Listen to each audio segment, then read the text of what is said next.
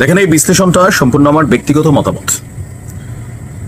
কারণ সুস্থ সুন্দরভাবে একটা দেশ চলবে। ডক্টর মোহাম্মদ ইউনূস সরকার তিনি ক্ষমতায় বসছেন, অপরাধীরা সাজা পাবে, জুলাই আগস্টের বিচার হবে, তাদের ট্রিটমেন্ট হবে, তারপর হচ্ছে আরো অনেক কিছু হবে। আমরা নতুন বাংলাদেশ দেখবো, সেখানে মানুষের অধিকার থাকবে, মব ভায়োলেন্স থাকবে না, আদালতে পুলিশের কাছে গেলে মানুষ নিরাপদ থাকবে, এমন অনেক ধরনের প্রত্যাশা আমাদের ছিল, তাই না? তো এই প্রত্যাশার জায়গাগুলোতে হয়তো অনেকটা খুঁড়িয়ে এই সরকার হাঁটছে, বাট হয়তো হাঁটছে, কম বেশি হাঁটছে, আমরা একসাথে হয়তো অনেক কিছু দেখবো।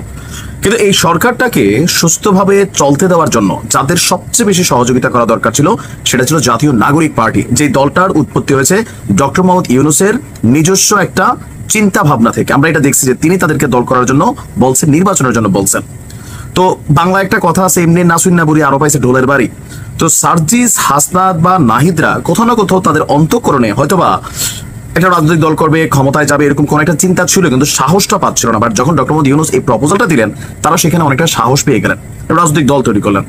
দল তৈরি করার পর তাদের যে কার্যক্রমগুলো দরকার ছিল, যে জুলাই যোদ্ধাদেরকে ট্রিটমেন্ট দেওয়া, তাদের ফেসিলিটিস করা, আরো বিভিন্ন বিষয়, কিন্তু আমরা দেখলাম দল তৈরির প্রথম থেকে এই দলটির অর্থায়ন, দলটি তৈরি করার পরে আওয়ামী লীগবিহীন মাঠে ক্ষমতার প্রতিদ্বন্দ্বী হচ্ছে বিএনপি। বিএনপিকে টার্গেট করে জামাতকে কাছে নিয়ে, জামাত এবং এনসিপি একটা ভালো সম্পর্ক আছে, 3 দিন আগে যেটা বিএনপি জামাতে ছিল, তো সেখানে বিএনপিকে প্রতিনিয়ত তারা এমনে হেমনে সেমনে বিভিন্ন কিছু লুটের দল, এই দল বা জানে বাংলাদেশে আমরা এগুলাই লুটপাটকারী সবাই, তো এই জায়গাগুলো সামনে আনা শুরু করলো। এরপর বিভিন্ন ইস্যুতে দেখেন, ইশরাকের ইস্যুটাতে বিএনপি কেন আসলে খেপলো, কারণ একইভাবে চট্টগ্রামে যখন মেয়র নির্বাচনে ছিল ডক্টর শাহাদাত হোসেন, যিনি এই মুহূর্তে রানিং মেয়র আছেন, তো তখন তিনিও কিন্তু এরা হাইরা গেছিলেন, হারার পরে তিনি এরকম একটা কোর্টে ফাইল করছিলেন। তো সেইটার রায় যখন আসলো এই সরকারের মধ্যে, তখন এই সরকার ডক্টর শাহাদাতকে মেনে নিল, কিন্তু ইশরাকেরটা মানার সময় তাদের মধ্যে গড়িমেশে দেখা দিল। আর এই মধ্যখানের সময়টার মধ্যে বিএনপিকে টার্গেট করে এনসিপি নেতাদের বিভিন্ন কথোপকথন, অনেক ধরনের অনেক কিছু, এটা বিএনপি ক্রমাগত উত্তেজনা ফিল করতেছিল। দেন মানে অনেক বক্তব্য আছে না, যে একটা বালুর ট্রাক সরাইতে পারে নাই, তারপর হচ্ছে যে ব্যানার ধরা 4টা লোক ছিল না, আমরা এটা করছি, তারপর ডক্টর ইউনূস নিজে মাহফুজদেরকে মাস্টার মাইন্ড, ছাত্রদেরকে নিয়োগকর্তা, এমনকি ছাত্রদের ইস্যুতে ঠান্ডা, অন্যদেরকে ডান্ডা, এই বিষয়গুলা শুধু বিএনপি কেন, সারা বাংলাদেশের মানুষ দেখছে এনসিপি-কে উনি কতটুকু প্রায়োরিটি দিচ্ছেন, এবং কিংস পার্টি হিসেবে সবাই তাদেরকে বলছেও। তো বিএনপির মধ্যে একটা স্বাভাবিক টার্গেট ঢুকে গেছে যে না, এই সরকার তো আসলে এনসিপি-কে ক্ষমতায় নিবে, আর এটা হিসেবে তারা মেয়র ইশরাককে, এই যে তার ক্ষমতা শপথ নিতে না দেওয়ার যে ইস্যুটা, সেটাকে পার্সোনালি নিয়ে নিল আসিফের ইস্যুতে। তারপর দেখেন শুরু হয়ে গেল একের পর এক ইস্যু। এর মাঝখানে টোটালি এনসিপি কোণঠাসা, ডক্টর ইউনূসের সরকার কোণঠাসা, কারণ বিএনপি দাবি করছে আসিফ মাহফুজের পদত্যাগ করতে হবে, তারা বাড়িতে যাবে না, 48 ঘন্টার আলটিমেটাম দেওয়া আছে। ওইদিকে হাসনাতের 7 দিনের আলটিমেটাম দিয়ে রাখছে বিএনপি কুমিল্লা ইস্যুতে।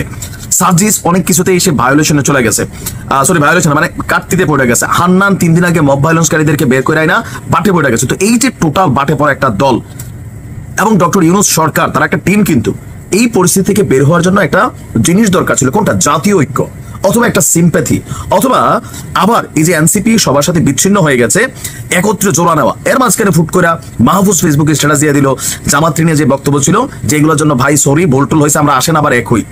খেয়াল করছেন, হাসনাত এরপরে জাতীয় ঐক্যের ডাক দিল, সার্জিসরা জাতীয় ঐক্যের ডাক দিল। এখন ঐক্য ইস্যুটাতে কোথায়? বিএনপি ছাড়া আর ঐক্য কি আওয়ামী লীগের সাথে করবে? জামাত তো তাদের ঐক্যের পার্টি, কিছুটা দূরত্ব ছিল কিন্তু মিলা গেছে। আবার কেউ কেউ বলছেন ডক্টর মোহাম্মদ ইউনূস যে পদত্যাগ করবেন, আবার আসেন মূল কথায়, এই কথাটা কে বলছে? নাহিদ শুনছে, শুনে ওনার সাথে দেখা করতে গেছে, তারপর ওনার কাছে মানে ডক্টর ইউনূস বলছেন এইভাবে চললে তো ভাই হবে না, আমি তো কেমনে, তাহলে আমার তো পদত্যাগ করতে হয় বা এরকম কিছু। এখন এই কথাটা সাক্ষীকে সার্জিস আলম, সম্ভবত সার্জিসও গতকালকে একটা বক্তব্য দিছে যে যমুনার সামনে ডক্টর ইউনূসের যে কার্যালয় যমুনায়, সেখানে বিদেশি ডেলিগেটরা আসে, বিভিন্ন রাষ্ট্রের মানুষরা আসেন, ওইখান থেকে তিনি রাষ্ট্র পরিচালনা করেন, বিভিন্ন কার্যক্রম করেন, বের হন। এখন ইশরাকের আন্দোলন ইস্যুতে 5-7 দিন মাঠে থাকা উনি তো কাজ করতে পারতেছেন, তো তোমরা যে 3 দিন আগে কইরা গেলা, এর আগে জমির ইস্যুতে তোমরা করাইলা, তো এগুলা কি যমুনা ডিস্টারবেন্স হয় না? তখন কি ডক্টর ইউনূসের কাজের মানে ইস্যুটা আলাদা হয়? এখানে ঠান্ডা বাতাস খাওয়াইয়া এই যে কথাগুলা বরাবর, তো তারা বলতেছে বিএনপি আসলে ডক্টর ইউনূসকে খেপাই ফেলছে, ওনার কারণেই তিনি পদত্যাগের চিন্তা করছেন। এখন সমালোচকরা প্রশ্ন করছেন যে প্রধান উপদেষ্টা যে পদত্যাগ করবেন, এই বক্তব্যটা বা তিনি চিন্তা করছেন সামহাও, এটা নিয়ে পুরো বাংলাদেশ উত্তাল। সেখানে ওনার প্রেস উইং, বিশাল প্রেস উইং, অনেক মানুষ বিভিন্ন ইস্যুতে প্রয়োজনীয় অপ্রয়োজনীয় তারা কথা বলেন, কিন্তু কোনো কথা কি আসছে? একটা কথা যাও আসছে, সম্ভবত ফয়েজ আহমেদ না তৈয়ব আহমেদ, উনি আবার স্ট্যাটাস দিয়েছে প্রধান উপদেষ্টা পদত্যাগ করবেন না, দিয়ে আবার কেন জানি কয়েক ঘন্টা পর নাই করে দিচ্ছেন। কেন? কারণ পদত্যাগ করবেন ইস্যুতে সারা বাংলাদেশ একত্রিত হওয়ার চেষ্টা হচ্ছে, তো সেখানে তিনি যে দিয়ে দিলেন পদত্যাগ করবেন না, এটা তো ভেজাল লাগলো, উনি আবার সরাই নিছেন। আচ্ছা, প্রেস উইং থেকে আমরা কোনো তথ্য পাইছি আনটিল নাও, আমি যখন ভিডিওটা রেকর্ড করছি পাই নাই। ডক্টর মোহাম্মদ ইউনূস তিনি বিভিন্ন ইস্যুতে জাতির সামনে কথা বলেন, এত বড় একটা বক্তব্য নিয়ে পুরো বাংলাদেশ, দেশ বিদেশ, বিদেশি শত্রু, দেশি শত্রুরা একত্রিত হয়ে গেল। এটা নিয়ে সরকার তো উচিত ছিল কনসার্ন করা যায়। হ্যাঁ, ডক্টর মোহাম্মদ ইউনূস তিনি বলছেন যে এই যে অসহযোগিতা করতেছে রাজনৈতিক দলগুলো, কারা? বিএনপি। এখানে টোটাল খেলার আয়োজন বিএনপি, টার্গেট কিন্তু বিএনপি, এটা বাস্তব। তো টার্গেটটা কার? রাজনৈতিক দল হিসেবে এনসিপি, কারণ ক্ষমতার পথে বিএনপি তাদের বাধা, জামাত তাদের সহযোগী। তো সেখানে এত কিছু হয়ে গেল, আমরা ডক্টর মোহাম্মদ ইউনূসের কাছ থেকে কোনো একটা বক্তব্য পেলাম না, প্রধান উপদেষ্টার প্রেস উইং থেকে কোনো একটা স্টেটাস পেলাম না, গণমাধ্যমে কোনো অথরাইজড ডক্টর ইউনূস পদত্যাগের চিন্তা ভাবনা করছেন এরকম কোনো বক্তব্য আমি পাইলাম না। আপনি পাইছেন নিশ্চয়ই নাকি? যদি আপনিও না পাইয়া থাকেন তাহলে পদত্যাগের খবরটা কার মুখ দিয়ে আসছে? নাহিদের মুখ দিয়ে আসছে। নাহিদকে সে একটা দলের প্রধান। বেশিরভাগ মানুষ, আমারও এটাতে মনে হয় যে নিজেদের রাজনৈতিক ইস্যুটাতে নিজেরা যেই ধরেন ইসিরে ঘেরাও করার জন্য যে ডাক দিয়ে 100 জন মানুষ যোগাইতে পারে নাই জামাতের সহযোগিতা ছাড়া, এখানে তারা টেনশনে পড়ছে। তারা চাইছিল ইশরাকের আন্দোলনের দাবির দিন তারা এনসিপি নিয়ে ইসিতে একটা বিশাল শোডাউন করা ফেলবে, ফোকাস ওদিকে কিছুই হয় নাই, কিছুই হয় নাই। তো এখানে তো একটা টেনসড হয়েছে। ইভেন সবার সাথে এই যে নেগেটিভিটি তৈরিতে হয়ে গেছে, এখন জাতীয় ঐক্য দরকার। ঐক্য কি হয় আসলে? আর মুখে মুখে যাবে, দুইটা বক্তব্য দিবে, মানে এতটুকুই তো। এর বাহিরে ঐক্য তো অন্তরের বিষয়, ভালোবাসা এটা তো অন্তরের বিষয়। প্রতিনিয়ত বিএনপিকে টার্গেট করে এরা যেইভাবে কথা বলতেছে, সেখান থেকে এরা যে একটা মাইনাস জায়গায় চলে গেছে। এবং জনগণ ডক্টর মোহাম্মদ ইউনূসের এই পদত্যাগ ইস্যুতে খুব বেশি যে মন খারাপ, বিএনপি আবার পাল্টা কাউন্টার করে বলছে আপনি ভাই যদি চান নিজ দায়িত্বে গেলে যাইতে পারেন, সেটা আপনার ইচ্ছা, আমরা এই জায়গায় অন্য করে ব্যবস্থা, দেশ খালি থাকবে না, কেউই কারোর জন্য অপরিহার্য না। এই দিনগুলোর জন্য এনসিপি প্রস্তুত ছিল না, তাদের এই প্ল্যানটা কিন্তু কাজে দেয় নাই। তো এই যে টোটাল ঘটনায় এখন যারা সমালোচক আছেন, বিশ্লেষক আছেন, সবাই বলছেন এই ঘটনাটা পদত্যাগ ইস্যুটা গুজব, আর এটাকে মার্কেটাইজ করছে কে? এনসিপি। কেন? তাদের নিজেদের প্রয়োজনে, নিজেদের স্বার্থে, জাতির কাছ থেকে জাতীয় ঐক্য, রাজু ভাস্কর্য অনেক কিছু ডাক দিছে, কাজে দেয় কিন্তু কালকে। আর কেন?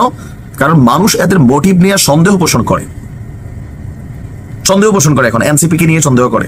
আর ডক্টর মোহাম্মদ ইউনূস এদের পৃষ্ঠপোষকতা, অনেক দিকে পজিটিভিটি বা ভালোবাসা, উদারতা দেখাইতে গিয়ে তিনিও ওই জায়গাটাতে পড়ে গেছেন।